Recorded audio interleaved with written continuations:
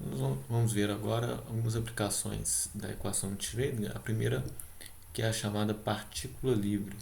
Essa partícula livre é o caso em que eu não tenho um potencial V igual a zero.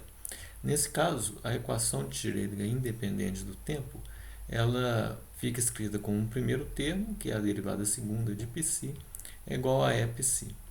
As soluções saem prontamente, como nós já vimos, quando eu escrevo a equação diferencial nessa forma,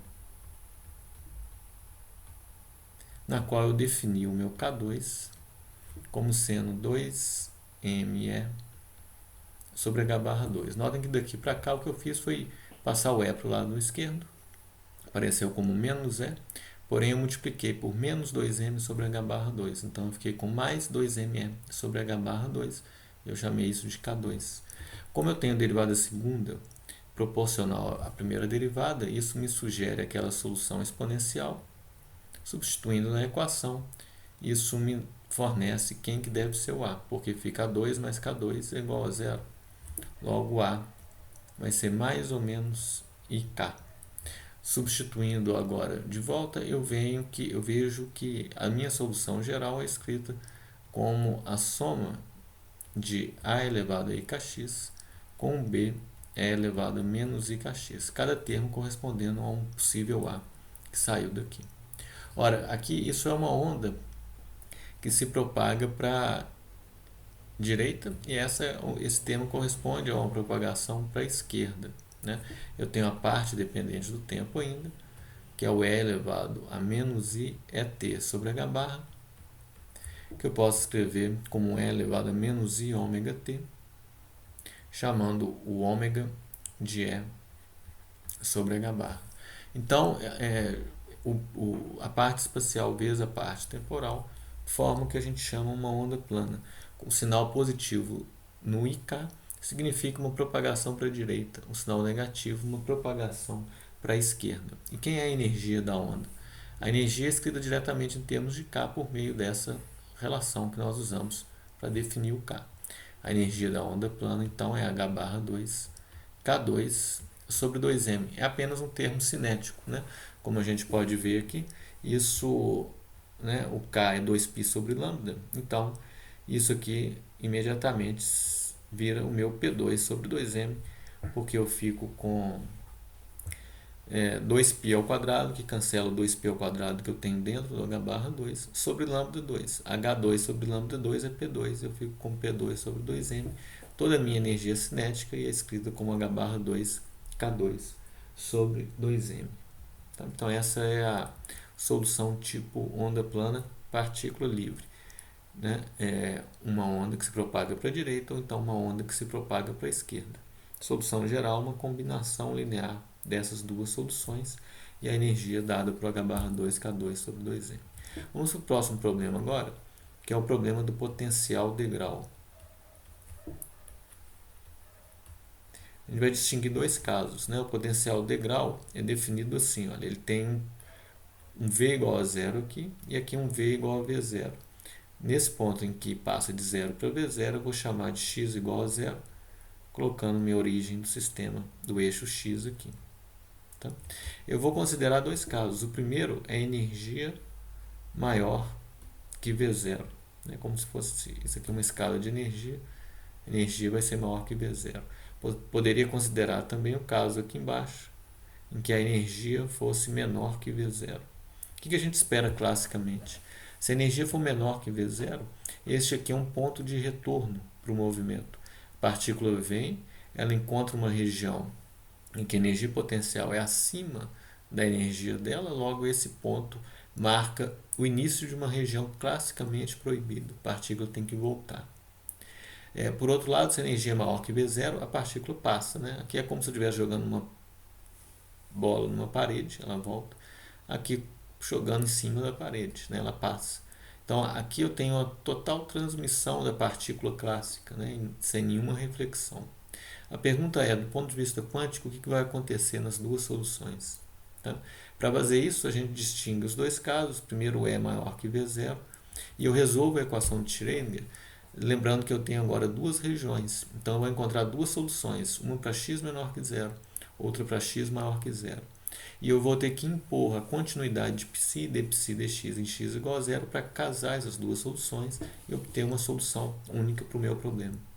Então aqui eu começo dividindo em duas regiões. Primeiro x menor que zero, região na qual o v é igual a zero e a equação de Schrödinger é escrita da mesma forma que a gente tinha visto antes, sem o termo de v. Então é escrita dessa forma, que me permite reescrever como uma derivada segunda, vou representar assim, mais um K2 psi é igual a zero, com esse K2 sendo igual a 2me sobre h barra 2. Né? Eu passei o e para cá e multipliquei por menos 2m sobre h barra 2 e fiquei com essa solução. Como nós vimos, a gente tenta algo na forma exponencial pela cara da equação diferencial e a gente encontra que o a é mais ou menos ik, é a mesma ideia de antes. Eu vou chamar esse k de k1, porque agora eu tenho duas soluções, então vou escrever assim. Então nessa região x menor que zero, a minha solução geral é dada por uma constante e elevado a ikx mais b, outra constante, e elevado a menos ikx, é a combinação linear das duas soluções que eu encontrei aqui para mais ou menos ik1, como argumento da exponencial. Tá? Aí eu vou para a região agora x maior que zero, e lá eu encontro um v igual a v0, com meu e maior que isso. Então eu escrevo a equação de Schrödinger como a derivada segunda. Agora eu tenho um termo v0, e isso tem que ser igual a e psi. Eu posso reescrever essa solução assim, olha, um psi duas linhas, derivada segunda. Aqui eu coloco o e maior que v0, então eu coloco aqui, olha, 2m e menos v0, dividido por h barra 2 psi, é igual a zero. E qual é o sinal aqui? Então vamos ver. Eu passei pelo lado de cá, ficou v0 menos e. Multipliquei por menos 1 e fiquei com e menos v0. Logo, a solução que eu tenho aqui deve ser com a solução que eu tenho aqui deve ser com esse sinal mais, né? É como antes, né? O v0 menor que o e. E aí eu chamo isso aqui de um k2 ao quadrado. Então eu escrevo a solução, confere só que o sinal dá certo. O e passou para o lado de cá é negativo, mas com esse sinal menos é positivo. O v0 é positivo, com esse sinal menos ficou negativo. Então com isso eu tenho soluções iguaizinhas as de antes, né? Exceto pela substituição do k1, que é aqui, agora pelo k2. Tá? A equação só mudou o k, mas a equação tem a mesma forma. Então o meu psi de x nesse caso é um c e elevado a ik2x mais um d e elevado a menos ik2x. Essa é a minha solução para essa região. Tá? Aí eu tenho que agora pensar nas minhas constantes, como eu determino essas constantes. A primeira coisa que a gente nota é um aspecto físico do problema. A partir de x igual a zero para diante, para a direita, eu não encontro nenhuma variação do potencial mais. O potencial é v0 e sempre vai ser assim. Então a partícula não vê nada à direita dela que possa reverter o sentido dela, do movimento dela. Se ela vai para a direita, ela continua indo para a direita, não tem uma outra parede. Né? Então eu não espero encontrar em x maior que zero uma solução que reflita que signifique uma reflexão da onda, uma onda propagando para a esquerda. Então se ela vem incidindo pela direita, ela chega aqui e a partir do x igual a zero ela continua se movimentando para a direita, não tem como ela voltar, tem uma componente para a esquerda, porque ela não tem um potencial capaz de fazer isso com ela. Logo, nessa solução, que é a solução da região 2, x maior que zero, eu não posso ter esse termo. Né? Esse termo, fisicamente, ele não significa nada para a gente. Então, eu coloco isso na teoria fazendo t igual a zero. Então, isso representa que não há reflexão depois de x igual a zero. Antes vai ter, mas depois não. Depois de x igual a zero representa essa região aqui. Tá? Então eu tenho essas duas soluções com 3 constantes. Aí eu imponho agora as minhas condições. Né? Eu tenho a continuidade de π em x igual a zero.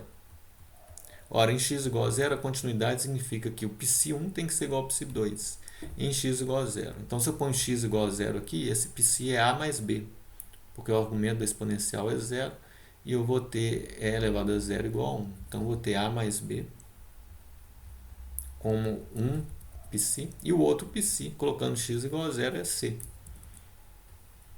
Então, essa é a continuidade de π em x igual a zero. Eu tenho também a continuidade de π dx, continuidade de dψ dx em x igual a zero. Também posso avaliar rapidamente aqui. Olha, eu tenho a derivada aqui, é um ik1 vezes a e a exponencial, mais ou menos ik1 vezes b vezes a exponencial. Só que eu ponho x igual a zero e com isso os exponenciais somem. E aí, então, eu fico com ik1a menos ik1b.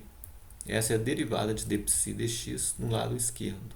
No lado direito, eu tenho só esse termo. Então, a derivada é cik2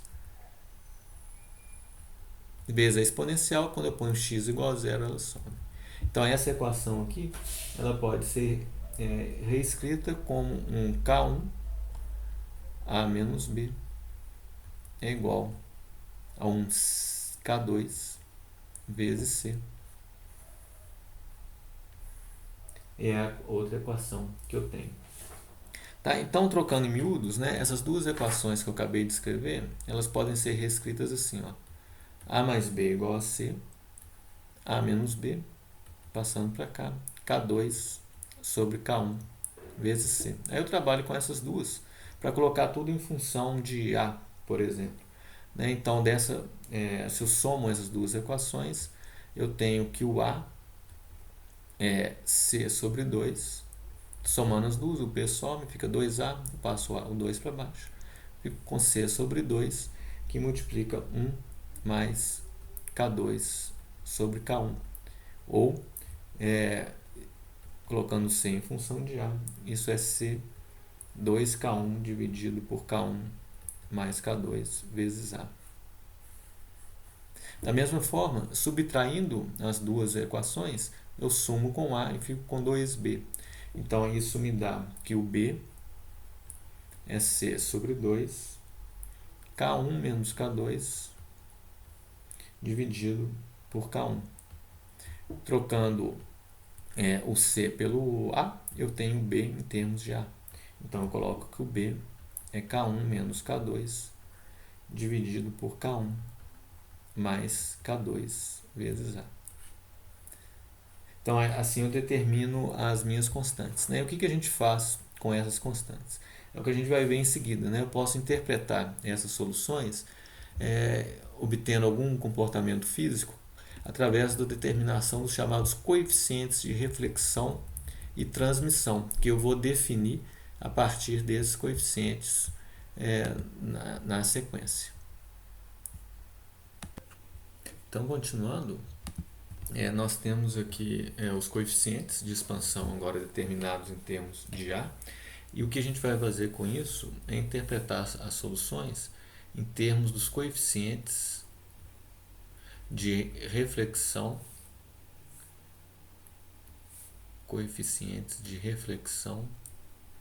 e transmissão.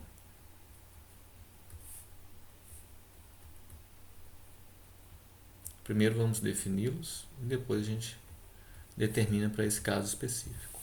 Então, a definição é feita em termos de fluxo de probabilidade. É a probabilidade por segundo de uma partícula ser encontrada ao cruzar algum ponto. Então, esses coeficientes eles vão ser dados em termos de razão de fluxos de probabilidade. Aí vamos definir isso direitinho.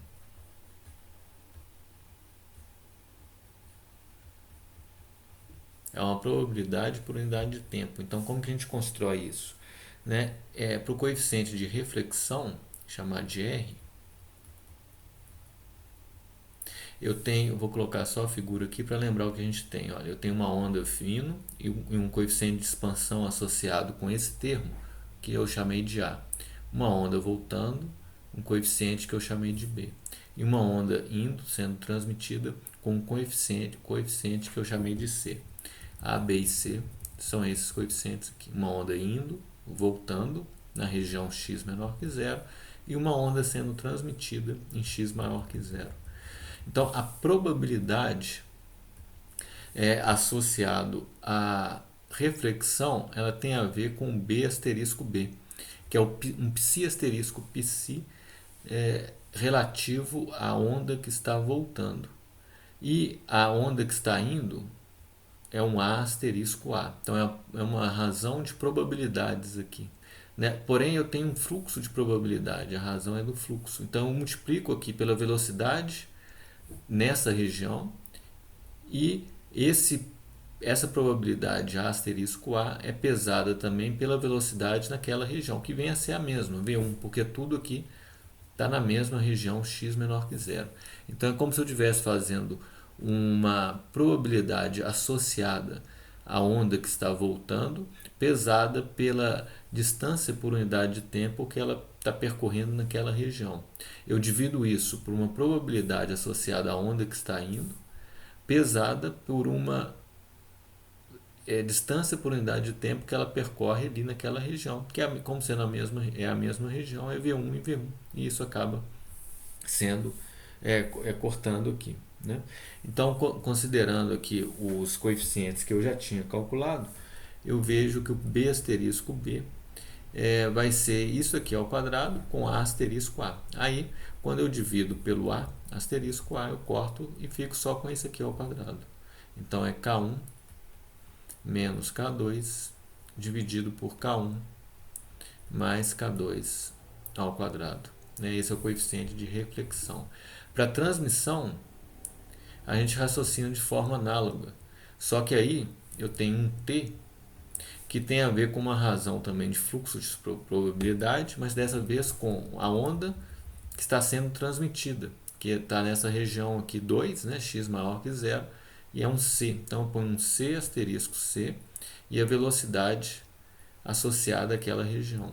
Dividindo, né, para comparação, né, do que está sendo transmitido, é o A asterisco A com a velocidade naquela região, que é o V1.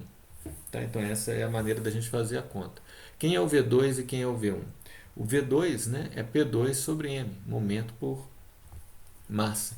E o momento de uma onda plana é H barra K. Então, como é na região, como é o P2, né, H barra K2 sobre M. O V1, analogamente, é P1 sobre M. E aqui vai ser H barra K1 sobre M. Né? Por que H barra K? Lembra que o operador momento é menos IH barra D dx. Quando eu aplico isso, por exemplo, em um E elevado a IKx, o que vai cair aqui, olha, vai ser o IK com menos I, vai dar mais 1, então vai sobrar um H barra K elevado a IKx. Então o momento é H barra K. Então eu faço essa conta e obtenho, então, lembrando que eu tenho C dado por isso aqui. Então o resultado vai ser K2 sobre K1, que é a razão dessas velocidades, né? E essa razão ela vale 2K1 ao quadrado dividido por K1 mais K2 ao quadrado. Notem o seguinte, né? A soma R mais T é igual a 1. Né? A partícula ou é refletida ou é transmitida. É o significado disso. Como que a gente pode interpretar essas soluções? Né? Primeiro, um fato interessante. Né? A gente está no caso E maior que V0. Né? E aqui o coeficiente de reflexão ele existe, né? Ele é maior que zero. Porque deu esse resultado. Né? Classicamente não haveria reflexão. A partícula que vem com uma energia acima do potencial ela é simplesmente transmitida, ela não é refletida. Mas no tratamento quântico a gente observa que tem um coeficiente de reflexão diferente de zero. Tá? Graficamente a gente pode representar isso num diagrama de coeficiente de reflexão e transmissão em função da razão E sobre V0. Quando essa razão é igual a 1, eu estou com E igual a V0. Para o lado de cá, eu tenho E menor que V0. Para o lado de cá, eu tenho E maior que V0. Eu estava analisando essa situação aqui por enquanto. E o que eu obtive foi algo desse tipo aqui assim. Ó.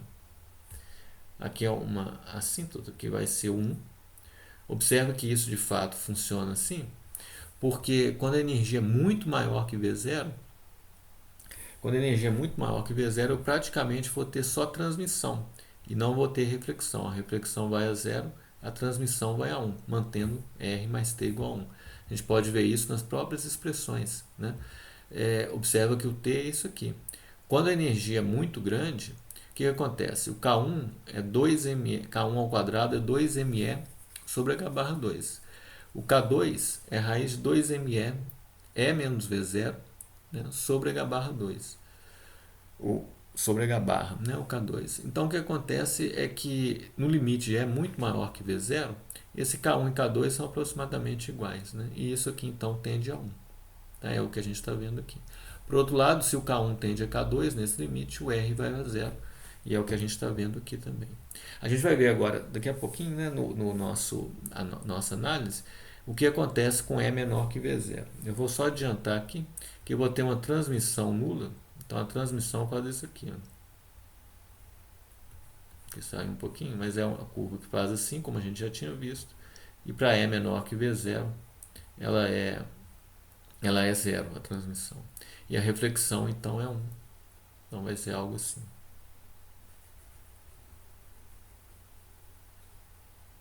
Então, esse vai ser o comportamento. Como é que a gente pode obter isso aqui? Né? Então, eu vou fazer rapidamente esse caso do E menor que V0, lembrando a vocês que a gente tem duas regiões, né? O X menor que 0, o X maior que 0. Aqui eu estou chamando de V0, e agora eu tenho uma energia que está aqui.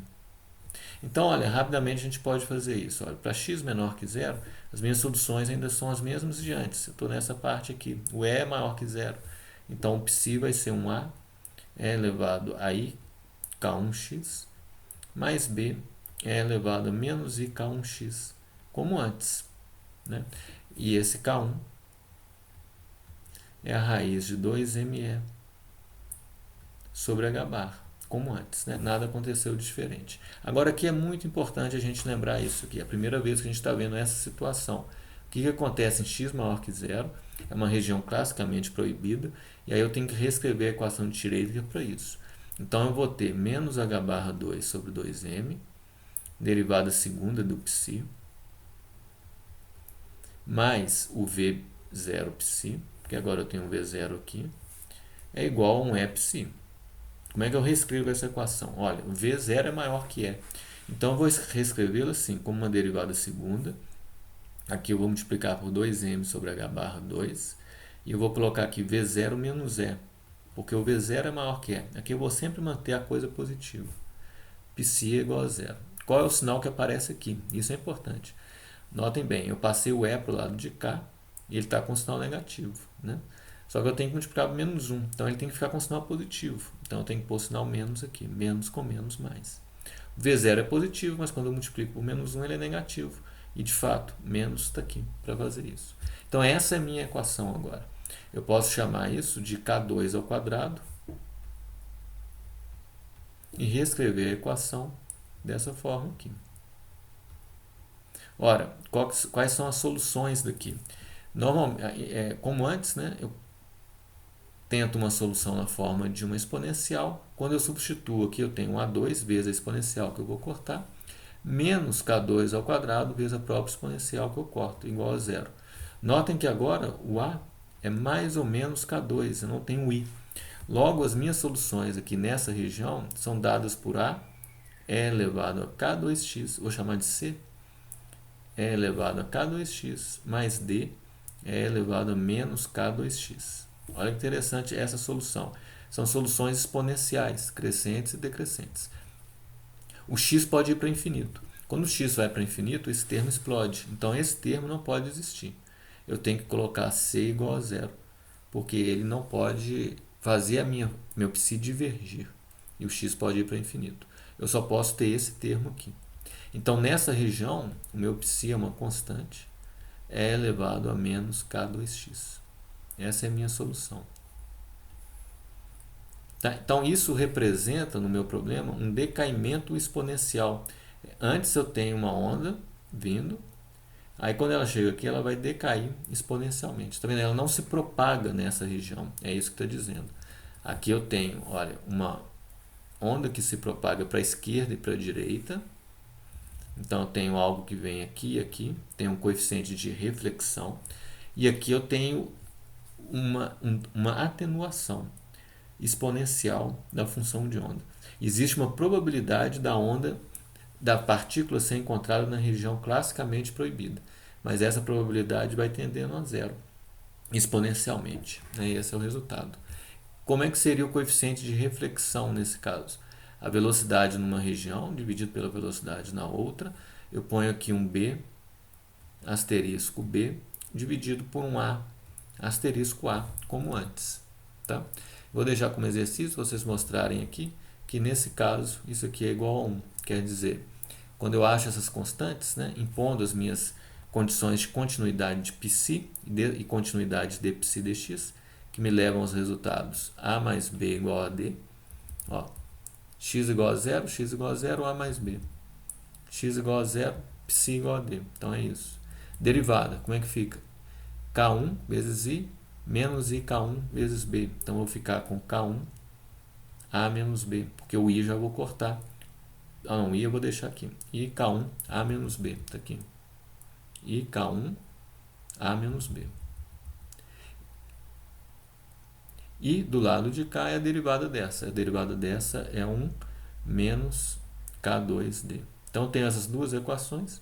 Eu posso colocar o B e o D em termos de A e fazer essa conta. Eu vou deixar para vocês mostrarem que, nesse caso, a reflexão é igual a 1. Ou seja, a transmissão vai ser igual a 0. Tá? Então, isso termina a nossa análise, né? E esses RT são que eu tinha representado aqui antes, dessa forma, para E menor que B0.